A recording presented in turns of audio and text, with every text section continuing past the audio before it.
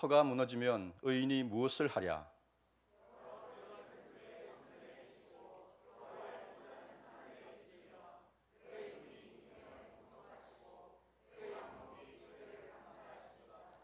여호와는 의인을 감찰하시고 악인과 폭력을 좋아하는 자를 마음에 미워하시도다.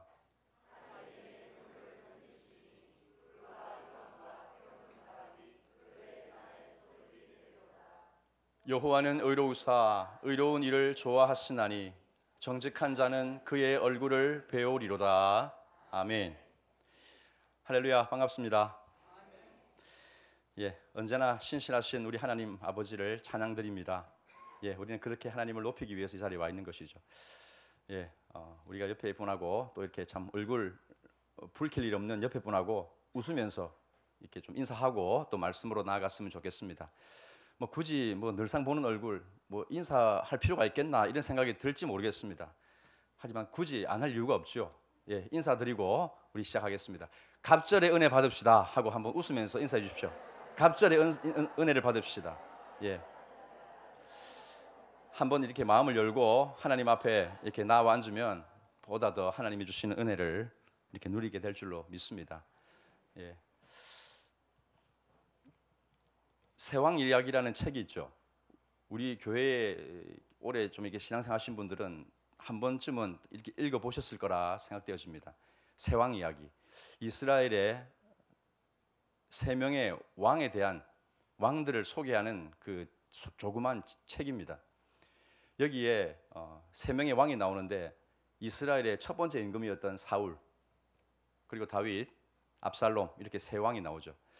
그래서 여기서 우리는 그 사울과 다윗의 이 차이점을 그 창, 이렇게 던지는 창 있죠. 창이라는 것을 소재로 이렇게 대비를 해놓은 것을 우리가 볼 수가 있게 됩니다. 질투심에 사로잡힌 사울, 그 관계 어린 사울 왕이 신하 다윗에게 무차별 창을 집어던지죠. 그만큼 이 신하를 시기에 따른 것입니다. 근데 이 다윗은 그 던져진 그 창을 맞잡아서 자신의 권위자인 사울에게 던지지를 않습니다. 그것은 왕이 되고도 마찬가지죠. 자신이 왕이 되고 아들 압살롬이 반역을 일으킵니다. 그런데도 이 압살롬의 반역에 대해서도 똑같이 행동을 하죠. 창을 대받아 던지질 않고 그냥 피할 뿐인 다윗을 우리는 발견을 하게 됩니다. 다윗이 이런 자신에게 다가오는 공격에 대해서 그것을 맞받아치질 않고 그저 도망할 뿐이고 피할 뿐인 이런 것들을 우리가 이 세왕 이야기에서 볼 수가 있는데, 오늘날 많은 사람들이 문제가 생기면 현실을 도피하는 그런 차원이 바로 아니었습니다. 다윗은 다윗의 도피에는 큰 의미가 들어있는 것이죠. 이 다윗이 이렇게 해서 도망을 가고 피하고 하는 이런 부분들이 이 관계 어린 사울과 아주 대조가 되어지는 그런 부분으로 이제 소개가 되어지는데, 다윗의 도피, 그것은 다름 아닌 자신의 힘으로 원수를 갚으려고 하는 노력이 아니었다는 것입니다. 또 다른 표현으로 말하면 자기 힘으로 뭔가 자신의 운명을 바꾸려고 하지 않는 그런 행동, 믿음의 행동, 그게 바로 이게 도망하고 도피하는 다윗에게서 이렇게 나타난다 하는 사실을 알 수가 있게 됩니다. 다윗이라고 100% 완전한 믿음의 사람입니까? 아닙니다. 다윗도 복수심에 사로잡혀서 막 혈기를 부릴 때가 있고 사람을 죽일 때가 있습니다. 그리고 자기 힘으로 뭔가 자신의 위기를 넘어가기 위해서 미친 사람인 척 침을 흘리면서 그렇게 그 위기를 넘어가려고 했던 그런 때도 있었죠. 그럼에도 불구하고 이 다윗이 사울 왕과 참 이렇게 큰 차이를 보이는 것은 저는 여기에 있다고 생각합니다. 그것은 바로 들음의 차이, 그리고 그 들음의 차이가 어디서부터 시작되는가? 입을 닫는 것, 침묵의 차이에 있다. 저는 그렇게 보여집니다. 여기서 침묵이란 자기 힘으로 뭔가를 하려고 하는 노력들을 포함하는 것이라고 할 수 있죠. 그러니까 그것을 반대하는 어떤 개념이라고 볼 수 있죠. 사울은 그렇게 하지 않았지만 다윗은 그런 일들을 보여주는 것을 우리는 볼 수가 있게 됩니다. 오늘 저희들은 오늘 시편 이 11편 말씀을 통해서 우리 안에 역사하시는 하나님, 이 혼란스럽고 어지러운 시대 속에서도 여전히 침묵하지 않으 하시고 일하시고 역사하시는 하나님을 만날 수 있기를 바랍니다. 그 하나님을 만나는 것은 어디서부터 시작하는가? 바로 침묵하는 데서부터 시작한다는 사실을 우리가 여기서 말씀을 통해서 함께 나누었으면 좋겠습니다. 내가 입을 닫고 잠잠하게 되면 우리는 하나님의 음성을 들을 수 있습니다. 그리고 내 힘을 내려놓고 주님을 바라볼 때 주님의 역사하심을 우리는 볼 수가 있는 것이죠. 침묵의 영성. 오늘 그 부분을 이 말씀을 통해서 저와 여러분들이 함께 도전받기를 바라고, 그래서 지금도 살아 역사하시는 하나님, 그 하나님을 만나는 그런 은혜를 우리가 함께 누렸으면 좋겠습니다. 다윗이 우선 마주하고 있는 현실을 이 본문에서 소개를 하고 있죠. 자, 2절 말씀을 같이 읽겠습니다. 2절, 3절까지, 2절, 3절을 같이 읽겠습니다. 시작.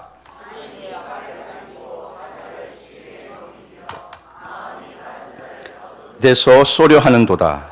터가 무너지면 의인이 무엇을 하랴. 아멘. 자, 여기 보면 악인이 활을 당기는 장면이 묘사가 되어져 있죠. 화살을 시위에 먹였습니다. 그리고 누구를 쏘려 합니까? 마음이 바른 자를 어두운 데서 쏘려 한다. 다윗이 처하여진 이 처지를 지금 이런 어떤 생생한 그림 언어로 묘사를 하고 있는 것입니다. 다윗은 지금 생명의 위협을 받고 있습니다. 아마 이 시의 배경이 그 광기의 사울왕, 질투심에 사로잡혀서 자신보다 더 뛰어나다고 평가받는 이 신하 다윗, 그렇게 충직할 수 없는 다윗을 죽이려고 길길이 날뛰는 그런 상황이다라고 볼 수가 있습니다. 자신은 잘못한 것이 없는데 무고하게 생명의 위협을 받고 있습니다. 사람들을 보내서 다윗을 죽이려고 하는 이 한 나라의 군주의 모습을 우리가 이 다윗의 입장에서 생각해 본다면 그가 얼마나 두려움에 떨고 있을까 충분히 우리는 생각해 볼 수가 있습니다. 어둠 속에서 다윗을 제거하기 위해서 화살을 겨누고 있습니다. 참 이런 시대에 살아간다고 생각해 보십시오. 우리가 잠을 제대로 이룰 수가 있겠습니까? 사울의 이 살해 위협을 당하고 있는 이 시대, 여기 3절에 보니까 터가 무너지면 의인이 무엇을 하랴. 이것은 다윗의 탄식과도 같은 거다고 볼 수가 있죠. 건강한 사회를 지탱하는 미덕들이 지금 이 시대에는 없는 것 같습니다. 정의가 없습니다. 또 진실이 없고 상식이 통하지 않는 시대, 어쩌면 우리가 살아가는 시대와도 비슷하다 할 수가 있겠습니다. 팩트를 가지고 이야기를 해야 되는데 그저 자신의 감정을 가지고 그냥 내가 기분 나쁘니까 제가 무엇을 잘못했는지를 따져보지도 않고 그냥 창을 집어 던지려고 하는 그런 상황을 다윗이 마주하고 있습니다. 팩트와 상식의 논리가 힘의 논리에 압살당하는 시대, 바로 이 다윗이 처해져 있는 상황이라고 말씀드릴 수가 있겠습니다. 터가 무너지면 의인이 무엇을 하랴? 터가 무엇입니까? 그 사회의 기초가 무너져 버렸다는 겁니다. 그 사회의 건강함을 유지할 수 있는 이런 기강들이 다 사라져 버렸습니다. 그저 힘만 있으면 무엇이든 되는 그런 시대에 다윗이 살고 있으니까 다윗이 무엇을 할 수 있습니까? 힘을 가지지 못한 이 다윗이 나도 힘을 가져서 저 힘센 자를 저항하고 무너뜨리고 새로운 권력을 차지해야 되겠다. 뭐 이런 생각도 충분히 할 수가 있죠. 그런데 다윗은 내가 무엇을 할 수 있겠는가 하고 스스로 탄식하고 있습니다. 힘없는 내가 무엇을 할 수 있단 말인가. 어쩌면 그게 이 시대를 살아가는 우리 화평 성도님들의 지금 심정을 대변하는 말씀이 아닌가, 그런 생각을 하게 됩니다. 나는 어디로 가야 되는가? 갈 바를 알지 못하고 두려움에 떨고 있는 현실, 어쩌면 이 말씀을 듣고 있는 우리들의 모습이라고 말씀드릴 수가 있는 것이죠. 어디론가 갈 수도 없습니다. 왜냐하면 한 나라의 최고 권력자가 군대를 풀어서 그 사람을 죽이기로 작정한다면 누가 그 자리에서 생명을 유지할 수가 있겠습니까? 이럴 때 보통 사람들은 좌절하죠. 절망의 그 그늘에 앉아서 그냥 고통스럽게 시름시름 앓다가 죽을 수밖에 없는 그런 상황이라고 말씀드릴 수가 있는 것이죠. 이럴 때 다윗에게 하나의 음성이 들리게 됩니다. 자, 1절을 보십시오. 1절을 같이 읽겠습니다. 1절 시작. 내가 여호와께 피하였거늘 너희가 내 영혼에게 새같이 네 산으로 도망하라 함은 어찌함인가. 아멘. 자, 여기 보면 다윗이 하나의 음성을 듣게 됩니다. 새같이 네 산으로 도망하라 하는 말씀을 아마 이 주변의 측근들이 충고로 얘기를 한 것 같습니다. 지금 여기 있다가는 다 죽습니다. 우리는 도망가야 됩니다. 안전한 저 어디론가 이 힘이 미치지 못하는 곳으로 우리는 달아나야 됩니다 하는 얘기를 했더라는 것이죠. 그런데 이 음성이 주변의 신하들의 음성이기도 하지만 이것은 한편으로 자기 속에 올라오는 이 다윗의 내면에서 울리는 소리일 수도 있습니다. 사람들이 그렇게 말하니까 그렇지, 내가 여기 있으면 죽겠다 하면서 자기 힘으로 뭔가 해보려고 달아나려고 하는 심리가 발동이 되어지고, 또 어쩌면 자기 힘으로 이 위기를 타개해보려고 힘을 길러서 저 악한 권력자를 내가 처리해야 되겠다라고 그렇게 생각할 수도 충분히 있는 것이죠. 다윗의 내면에서 들려오는 소리, 이게 바로 새같이 네 산으로 도망하라 하는 음성이라고 볼 수가 있겠습니다. 그런데 또 하나의 음성이 우리에게 들려지죠. 자, 여기 이제 아까 1절 읽었던 말씀 보면 내가 여호와 하나님께 피했다 하는 말씀입니다. 내가 여호와께 피하였거늘 하는 말씀입니다. 내면에서 끊임없이 유혹이 올라왔습니다. 자기 힘으로 뭔가를 해보려고 하고 또 뭔가를 도망을 쳐보려고 하는 이런 상황 속에서 다윗은 그런 모든 소리를 억누러뜨리고 내가 여호와께 피하였거늘 그런 소리 하지 마라, 그렇게 얘기를 하고 있다는 것이죠. 이 다윗이 하나님 앞에 피한다, 그렇게 말씀을 합니다. 우리가 알고 있듯이 다윗은 자기 힘으로 그 문제를 해결하려고 하지 않고 광야로 들어갑니다. 광야로. 그런데 이 광야가 사실은 환경에 떠밀려서 어쩔 수 없이 들어간 부분이 있죠, 분명히. 그런데 그 광야란 곳이 하나님이 데려간 장소이기도 합니다. 다윗은 그곳에서 피하여 살면서 하나님 앞에 다름을 받게 되죠, 다름을. 여기 광야라는 것이 물리적으로 어떤 의미가 있습니까? 그 광야라는 땅을 한번 여러분 생각해 보십시오. 그 광야는 정말 흙먼지가 날리고 정말 그 메마른 바람이 일면서 참 한눈에 보기에도 한숨이 나올 만한 장소 아닙니까? 척박, 단절, 고요, 적막, 이런 단어들이 어울리는 곳이 광야입니다. 사실 이런 곳은 누구도 들어가 살려고 하지 않는 그런 환경이라고 볼 수가 있는 것이죠. 그런데 이 광야가 성경에서 동의어처럼 쓰여지는 단어들이 있습니다. 그 단어가 뭐냐면 바로 침묵입니다. 침묵. 고독이 그렇고요. 자기 부인이 그렇습니다. 그리고 자아를 포기한다 하는 이런 단어들이 바로 이 광야라는 단어와 동의어처럼 그렇게 사용되어지는 단어들이죠. 여기에는 내 힘, 내 감각을 의지하는 것들을 내려놓겠다 하는 그런 의미가 여기에 담겨 있다고 볼 수가 있겠습니다. 저는 오늘 여러분들과 이 말씀을 함께 나누면서 다윗이 피하여 간 곳, 내가 여호와께 피하였거늘 했던 그 물리적인 장소, 광야, 우리가 보통 광야의 수업, 광야의 영성 이런 얘기를 하죠. 저희들은 함께 침묵의 영성에 대해서 함께 말씀을 나누어 보았으면 좋겠습니다. 다윗이 어쩔 수 없이 들어가 버릴 수밖에 없었던 그 광야. 그런데 다윗은 이렇게 얘기를 하죠. 내가 여호와께 피하였거늘. 그곳은 다름 아닌 하나님의 품이었다는 것입니다. 하나님의 그늘 속으로 들어간다는 의미가 여기에 담겨 있는 것입니다. 모든 것이 적막한 곳, 침묵하고 있는 광야. 이것은 사울과 다른 길을 걷게 만들었던 이 다윗을 빚어내었던 하나의 공방과도 같은 그런 장소였습니다. 그릇을 만들어내는 공방이 있죠. 다윗과 같은 길을 걸어갈 수도 있었는데 그 사울과 같은 길을 걸어갈 수도 있었지만 그 길을 걷지 않고 다르게 하나님의 그릇으로 빚어지게 만들었던 이 장소, 광야라는 곳, 그곳은 침묵을 통해서 하나님의 음성을 듣고 하나님의 성품으로 빚어질 수 있었기에 가능한 곳이었습니다. 오늘 저와 여러분들이 이 침묵의 광야라는 곳을 묵상해 보아야 합니다. 우리가 생각하는 이 침묵의 광야라는 곳이 어떤 곳입니까? 내가 여호와께 피했다. 여러분들이 하나님 앞에 피하는 장소가 바로 광야라는 곳이 될 수가 있습니다. 내 힘과 내 감각을 다 내려놓고 세상에서 내 가진 것들로 맞서려고 하지 않는 그런 모든 것들이 바로 이 하나님께 피하는 장소, 광야 속에 들어있는 것이라 할 수 있죠. 우리는 그곳에서 하나님을 기다립니다. 나는 광야에서 침묵하면서 하나님을 기다립니다. 이 영성이 저와 여러분들의 오늘 이 말씀을 통해서 심령 안에 자리매김되어지기를 간절히 소망합니다. 지금껏 내 힘으로 여기저기 싸돌아다니면서 일을 벌였고 뭔가 저질렀지만 돌아오는 것은 어떤 열매도 가지지 못했다라고 우리가 솔직하게 주님 앞에 인정할 수밖에 없는 것입니다. 그런데 이제 주님은 우리에게 머물 곳이 어디라고 말씀을 합니까?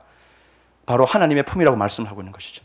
하나님의 은혜의 그늘 속에 들어가야 비로소 내 안에 진정한 쉼이 있고 평안이 있고 열매가 있다라고 말씀을 하고 있는 것이죠. 그곳은 하나님 안에 잠잠하게 머무르는 곳입니다. 실제적인 광야로 우리가 찾아갈 필요가 없습니다. 내가 머무르는 그곳을 광야로 만들면 됩니다. 그곳에서 내가 광야의 침묵을 배우면 그곳이 결국 오늘 다윗이 피하여 간 장소, 광야가 될 수 있다는 것이죠. 사랑하는 성도 여러분, 내가 여호와께 피하였거늘 살아계신 하나님께 피하여 가는 여러분들이 되기를 주님의 이름으로 축원합니다. 그 하나님의 임재 속에 조용히 머무르는 그 법을 배우시고 침묵을 훈련하는 그런 저와 여러분들의 이 영성이 되어지기를 간절히 소망합니다. 침묵을 훈련하는 것, 이것은 여러분들이 있는 그 장소에서 얼마든지 가능한 일이 될 수 있죠. 여러분들이 고난을 당할 때 침묵을 배울 뿐만 아니라 평소에 내 삶이 평안하고 온전할 때도 여러분들은 그 광야의 침묵을 배우는 저와 여러분들이 되어졌으면 좋겠습니다. 내가 여호와께 피하였거늘. 여러분, 이 고백은 다윗의 외모, 겉모습을 가꾸는 자리가 아니고 내면의 이 그릇의 안을 닦아내고 정결하게 하는 그런 의미가 될 수가 있습니다. 토마스 아켐피스라는 이 중세의 이 수도자가 그런 얘기를 했죠. 위대한 성인들은 될 수 있는 한 사람들과의 세속적 교제를 피하고 그 대신에 은밀히 하나님께 예배 드리는 것을 택했습니다. 라는 아주 유명한 말을 했습니다. 이 위대한 성인들의 삶이 그랬습니다. 세속적인 교제 속에서는 하나님의 영성을 빚어낼 수 있는 자양분을 만들어낼 수가 없다라는 말씀인 것이죠. 세상 사람들과의 이런 분주한 어울림 속에서는 하나님이 원하시는 진정한 능력을 생산해낼 수가 없다라는 이 고백이 바로 이 아켐피스 안에서 나타나고 있다는 것입니다. 사랑하는 여러분, 여러분들이 오늘 이 험하고 이 혼란스러운 세상에서 이길 수 있는 자양분이 어디 있습니까? 여러분들 그것을 가지고 계십니까? 사람들과의 교제, 그 어울림, 이런 것들은 결코 우리 안에서 이런 양분을 만들어낼 수가 없습니다. 하나님과 독대하고 하나님의 그 은혜의 보좌 앞에서 잠잠히 머무르는 이런 시간들만이 여러분들을 강건하게 또 든든하게 이 세상을 이길 수 있는 믿음을 배양해내는 줄로 믿으시기를 축원합니다. 문제는 이 침묵의 시간, 이 침묵의 영성을 참 가질 수 있기가 쉽지가 않습니다. 우선 시간을 내기가 쉽지 않죠. 왜냐하면 우리는 너무나 바쁘기 때문입니다. 너무나 분주합니다. 뭐 대단한 일을 하는 것도 아닌데 그냥 바쁩니다. 왜 그런 거 생각을 해보니까 세상이 여러분들을 가만 놔두지 않기 때문이죠. 사람들이 계속해서 뭔가 움직이고 바쁘게 돌아다녀야 뭔가 자기가 살아있는 것처럼 느껴지니까 나도 거기에 뒤처지지 않기 위해서 그냥 바쁘게 움직입니다. 여러분들 그렇지 않습니까? 이 세상이 너무나 소란스럽고 시끄러운 것 같지 않습니까? 이런 소란함 통해서 참 조용하게 하나님의 음성을 듣기 위해서 침묵을 지킨다라는 거, 이거 참 쉬운 일이 아니라고 생각되었습니다. 요즘에 학생들은 항상 소리를 끼고 살죠. 소리를 끼고. 예, 손에는 항상 뭐를 들고 있어야 되고요. 귀에는 뭔가를 항상 꽂고 음악을 듣든지 뭐 다른 사람하고 통화를 하든지 그렇게 해야 비로소 마음에 안정감을 느낍니다. 늘상 소리를 듣고 살아가기 때문에 조용한 시간이라고는 그냥 잠자고 이렇게 그냥 취침하는 시간, 그 외에는 그냥 조용합니다. 고요함이 주는 평안함을 경험해 보지 못했기 때문이죠. 그러니까 이 소리 없는 침묵에 대해서 불안해 어찌할 줄 모르기 때문에 항상 뭔가를 들어야 됩니다. 항상 저 사람하고 소통을 해야 되고 뭔가를 하고 있어야 비로소 마음에 평안함이 있습니다. 하나님이 없는 사람 모습 아닙니까? 눈에 보이지 않는 영이신 하나님을 알지 못하고 경험하지 못한 사람은 항상 이렇게 뭔가 세상에서 돌아다니는 소리를 듣고 있어야 내 마음이 안심을 가지게 됩니다. 그런데 하나님을 경험한 사람들, 하나님의 그 역사하심을 아는 사람들은 이런 소리를 피해서 갈 수 있는 사람들인 것이죠. 저는 우리 화평교회 성도님들이 이 세상이 가지는 분주함과 소란함을 뒤로하고 예수님이 그렇게 하셨던 것처럼, 예수님의 마음을 닮았던 그 위대한 성인들이 그렇게 침묵 훈련을 한 것처럼 저와 여러분들이 그렇게 함께 이 믿음의 도전을 가질 수 있었으면 좋겠습니다. 또 한 가지, 이 영성, 침묵하는 것을 가지지 못하게 만드는 것이 무엇입니까? 그것은 제 생각에는 사람들에게 잊혀질까 하는 이 두려움이 아닌가, 그런 생각을 해보게 됩니다. 지금은 이제 우리 교회도 이제 현역에서 은퇴하신 우리 어르신들이 많이 계시죠. 현역 때 계실 때는 뭐 그냥 갈 때도 참 많았고요. 할 일도 참 많았습니다. 뭐가 그리 바쁜지 바쁘게 집에 들어올 시간조차 없이 그렇게 지냈던 우리의 어르신 성도님들 우리는 봅니다. 그런데 이제 은퇴를 하고 나니까 갈 데가 없습니다. 어느 분이 그 노후 처세 명심 보감이라는 그 인터넷에 글을 이제 보내준 그 글을 한번 읽어봤습니다. 그 글이 이제 뭐냐면 이 노인들이 이 시대에 어떻게 처신해야 되는가 하는 것에 대해서 이제 조언을 이렇게 담아놓은 글귀인데 그 첫 글귀가 바로 그것입니다. 부르는 데가 있거든 무조건 달려가라. 부르는데 안 나가면 다음부터는 부르지도 않는다. 어떻습니까? 공감하십니까? 예. 바쁘다고 이번에 안 가면요, 다음에는 불러주지도 않는답니다. 그러니까 막 어떻게 해서든지 가야 됩니다. 근데 이게 여러분 어르신들만의 일입니까? 아닙니다. 젊은 사람들도 마찬가지라고 생각합니다. 사람들에게 내 존재가 잊혀지고 무시당할까 싶으니까 그 교제권을 끊을 수가 없습니다. 그 무리 속에 내가 빠져나오는 것들을 견딜 수가 없어 하는 것이죠. 무시당할까 싶어서 내가 뭔가라도 말을 해야 되고, 내 존재를 알리기 위해서 어떻게 해서든지 뭐 인터넷 글을 퍼나르든지 뭐 세상 이슈들을 가지고 말을 꺼내든지 해가지고 뭔가 주목받는 그런 이 위치에 서야 비로소 내가 살아있다는 것들을 느끼는 것이죠. 여러분, 이 기저에 뭐가 깔려 있습니까?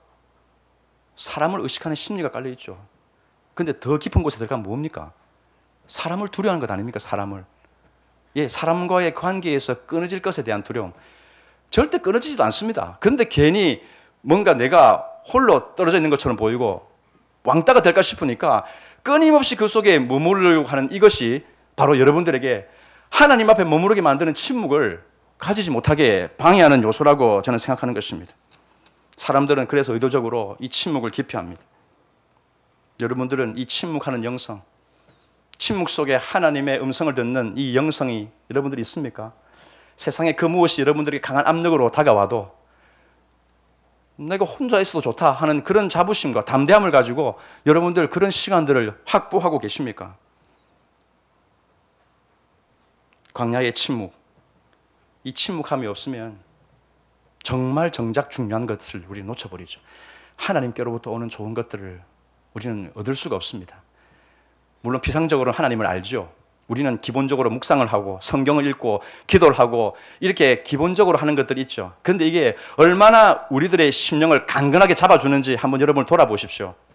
하나님은 더 깊은 세계를 보여주기를 원하고 더 강력한 보화를 우리에게 손에 들려주기를 원하는데, 저 깊은 물에 가야, 바닷속에 가야 길어 올릴 수 있는 그런 값진 것들이 분명히 우리들 속에 약속되어져 있는데, 그냥 그 얕은 그 바닷가 거기서 그냥 발목이나 담그면서 첨벙첨벙거리고 만족하는 게 어쩌면 이 시대 현대 그리스도인 된 우리들의 모습이 아닌가 우리는 생각해 보는 것입니다. 사랑하는 성도 여러분, 보이는 것이 다가 아니다. 우리는 그렇게 늘 알고 있죠. 머리로 잘 알고 있습니다. 그런데 그걸 제대로 깨달을 힘이 저희들에게 없지 않습니까? 철로역정이라는 책을 보시면 그 내용 중에 이런 게 있습니다. 해석자의 집에 이 이제 순례자, 이 크리스천이 이제 들어가게 되죠. 근데 이제 해석자가 이제 그 집안에 있는 한 광경을 이제 보여주게 됩니다. 거기 보니까 앞에 벽난로가 하나 있는데 어떤 사람이 계속해서 이제 물을 끼얹고 있는 장면입니다. 불이 활활 타고 있는 난로를 향해서 물을 끼얹고 있습니다. 그런데 신기하게도 이 불이 꺼지질 않고 있더라는 겁니다. 그래서 이제 해석자한테 물었습니다. 이게 뭡니까? 왜 불이 꺼지질 않습니까? 그러니까 이 해석자가 손을 잡고 이 벽난로 뒤쪽으로 쫙 돌아가서 이제 또 다른 장면을 보여줍니다. 난로 뒤에 보니까 그 타오르는 불길을 향해서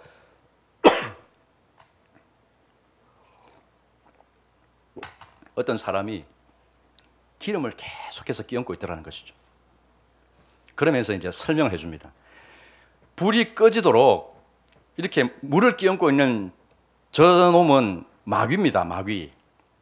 그러니까 이 불이 뭐냐면 은총의 불이죠. 은총의 불. 은총의 불이 계속 타오르고 있는데 그 마귀의 이게 이렇게 대적을 해서 뒤에서 끊임없이 기름을 끼얹고 계시는 분은 그리스도라고 가르쳐 줍니다. 마귀가 아무리 설치고 아무리 떠들어 제끼고 해도 이 은총의 불, 믿음의 불이 꺼지지 않을 수 있는 이유는 그보다 능력이 많으신 그리스도께서 계속해서 은혜의 기름을 붓고 있으니까 꺼지지 않고 있는 그런 상황입니다. 여러분, 이런 상황들을 우리가 보면서 무엇을 알 수 있습니까? 오늘 저와 여러분들이 이 미혹의 시대, 이 유혹의 시대를 살아가면서 우리는 12번 믿음을 다 떨어버리고 그냥 파산되어지고 빈털터리가 되어도 전혀 이상하지 않을 그런 시대에 우리가 살아가고 있습니다. 그만큼 우리는 연약한 자인 것이죠.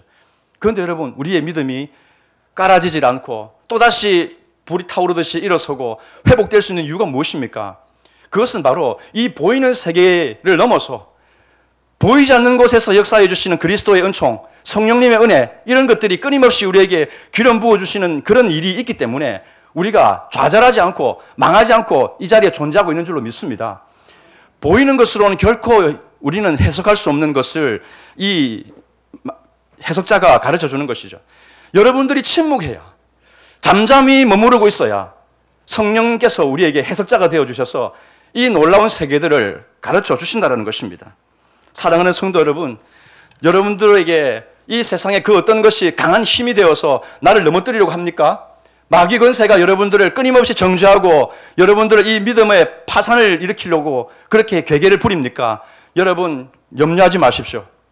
전능하신 그리스도께서 여러분들의 주인이 되어주셔서 함께하고 계시기 때문에 절대 여러분들은 망하지 않는 줄로 믿습니다.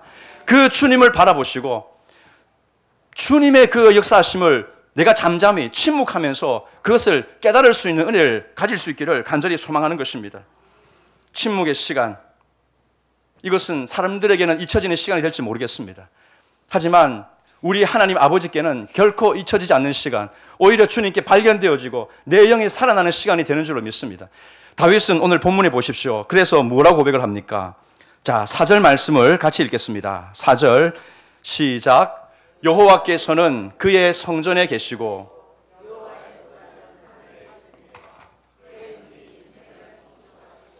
그의 안목이 그들을 감찰하시도다. 아멘. 터가 무너지면 의인이 무엇을 할까? 그렇게 좌절할 수 있었던 이 다윗이 침묵하면서 광야 속에서 배운 것은 하나님이 그 앞에 보이더라는 것입니다. 자, 아까 말씀을 보셨죠? 자, 여기 보시니까 이런 말씀이 있습니다. 여호와께서는 그의 성전에 계시고 여호와의 보좌는 하늘에 있으며 그의 눈이 인생을 통촉하신다라고 말씀을 합니다. 안목이 그들을 감찰하신다고 말씀합니다. 다윗이 본 것은 하나님의 성전입니다. 하나님의 그 능력의 보좌입니다. 아, 보좌가 내 앞에 펼쳐지고 있었구나 하는 사실을 알게 되었습니다. 그러니까 악인이었던 이 사울이 끊임없이 자기를 몰아세우고 압박을 가해와도 하나님의 성전 안에 거하는 나에게 결코 그가 어찌할 수 없다는 사실을 그가 알고는 하나님 안에서 안도할 수 있다는 것입니다. 이 얼마나 대단한 일입니까? 사랑하는 성도 여러분, 여러분들이 침묵하고 있을 때 여러분들은 패배자가 아닙니다. 잠잠히 눈을 들어서 주님을 향하여 시선을 들어 있을 때 하나님께서 여러분들에게 놀라운 세계를 보여주시고 위로해 주시는 그런 은혜가 있을 줄로 믿습니다. 에스겔이 그 경험을 한 것 아니겠습니까? 그발 강가에서 그 포로로 잡혀갔던 그 무리들 속에서 하늘의 하나님 앞에 기도하니까 하나님이 하늘을 열어서 환상을 보여주셨습니다. 야곱은 어떻습니까? 도망자의 신세, 그 허허벌판, 홀홀난신이 되어서 루스 들판에서 그냥 잠 못 이루는 밤을 지내고 꿈속에서 무엇을 보게 됩니까? 하나님의 집을 보게, 하나님의 임재, 하나님의 다스리는 사실을 그가 볼 수가 있었습니다. 그가 깨어나서 이렇게 고백을 하죠. 여호와께서 여기 계셨는데 내가 모르고 있었구나. 여러분, 잠잠해야 알 수 있습니다. 여러분 또 모세는 어떻습니까? 모세. 그가 미디안에 저 광야로 처박혀서 모든 사람에게 잊혀져 가고 자기의 삶은 정말 시들어져 가버리는 그런 상황이었습니다. 그런데 그곳에서 모세는 하나님을 재발견하죠. 재발견. 하나님을 만나게 되죠. 그의 인생의 전성기가 그때부터 사실은 열려지게 되는 것 아니겠습니까? 소명을 받게 되었습니다. 여기 오늘 본문에 나오는 다윗, 두말할 것도 없는 그런 놀라운 침묵의 영성의 사례를 보여주는 인물이라고 말씀드릴 수가 있는 것입니다. 사랑하는 성도 여러분, 침묵의 영성, 그건 바로 하나님을 향하여 나아가는 것입니다. 하나님의 아들 그리스도를 바라보는 것입니다. 그리스도께서 하나님 영광의 보좌 우편에 계시면서 자기 백성들을 붙들어 주시고 그 믿음이 깔아지지 않도록, 바닥에 떨어지지 않도록 끊임없이 중보하시고 역사하여 주시는 그 주님을 바라보는 것, 이게 바로 입을 닫고 하나님 앞에 침묵하면서 그분의 역사를 바라보는 침묵의 영성인 줄로 믿습니다. 여러분, 하나님의 다스리심을 바라보십시오. 시간을 내시고 광야와도 같은 그런 나만의 공간을 만들어서 주님을 바라보십시오. 그러면 여러분들이 살아갈 힘을 공급받게 될 줄로 믿습니다. 내가 어디로 걸어가야 될지에 대한 길까지도 주님께서 보여주실 줄로 믿습니다.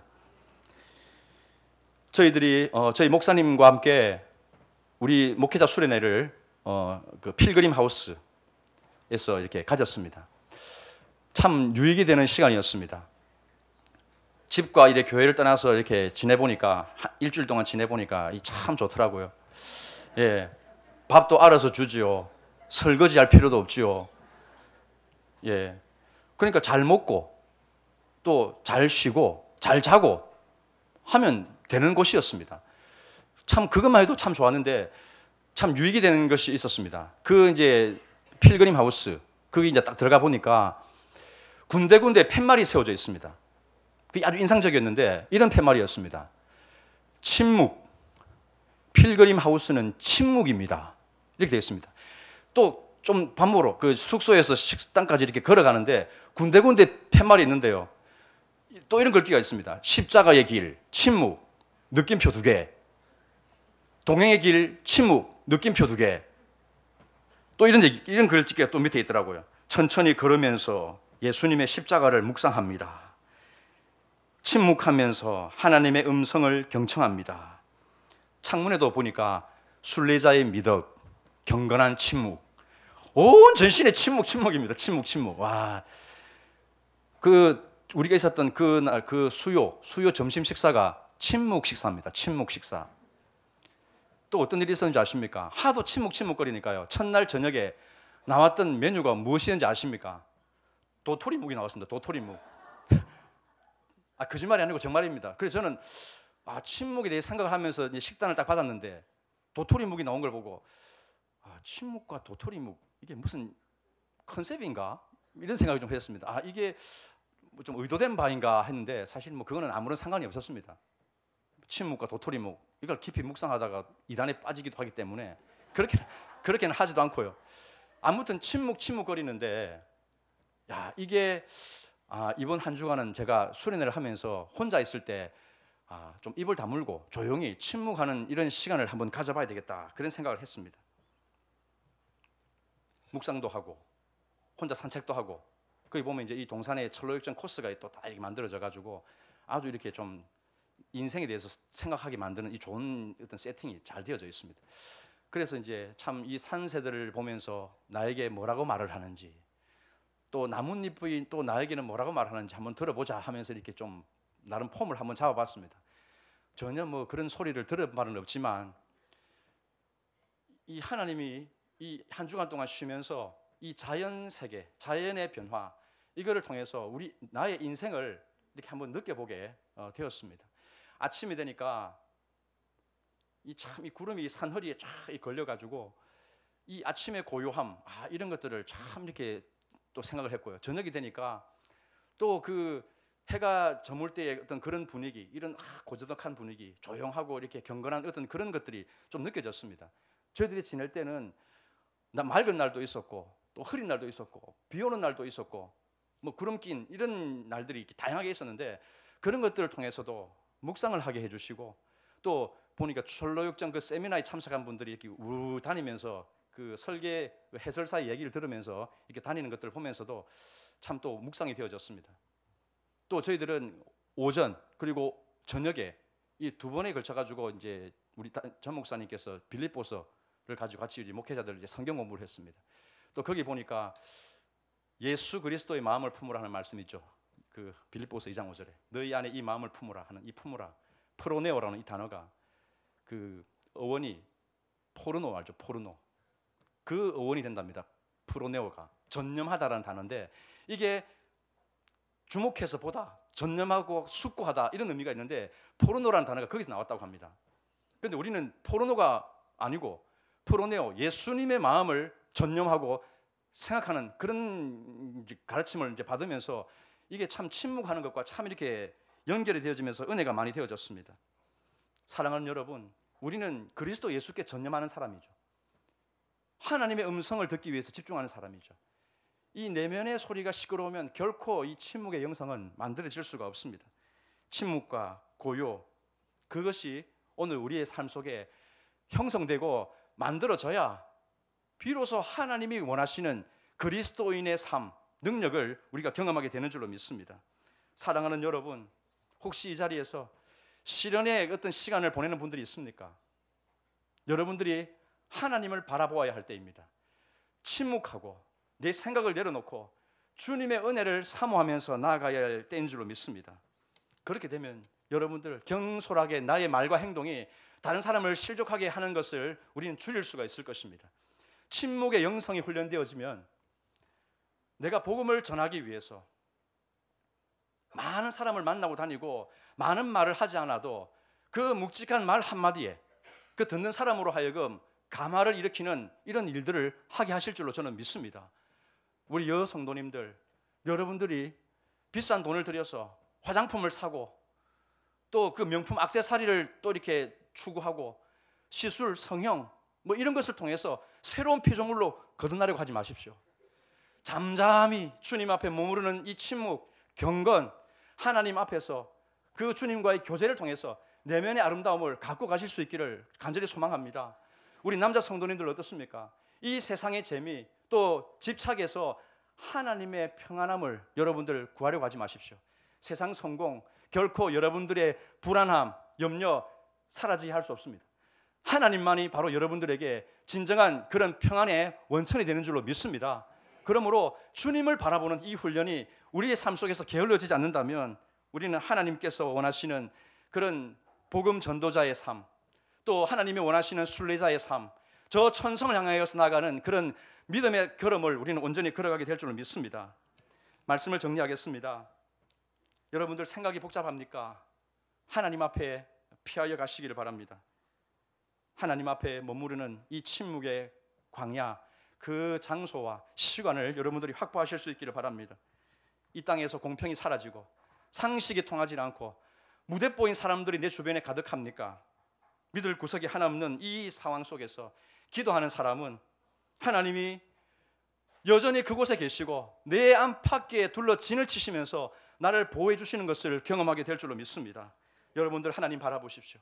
침묵의 영성을 배우시고 매 순간 하나님이 나에게 말씀해 주시는 그 위로와 확신의 말씀, 소망의 말씀을 붙들고 믿음 안에서 날마다 승리해가는 그런 저와 여러분들의 하루하루가 되어지기를 주님의 이름으로 축복합니다.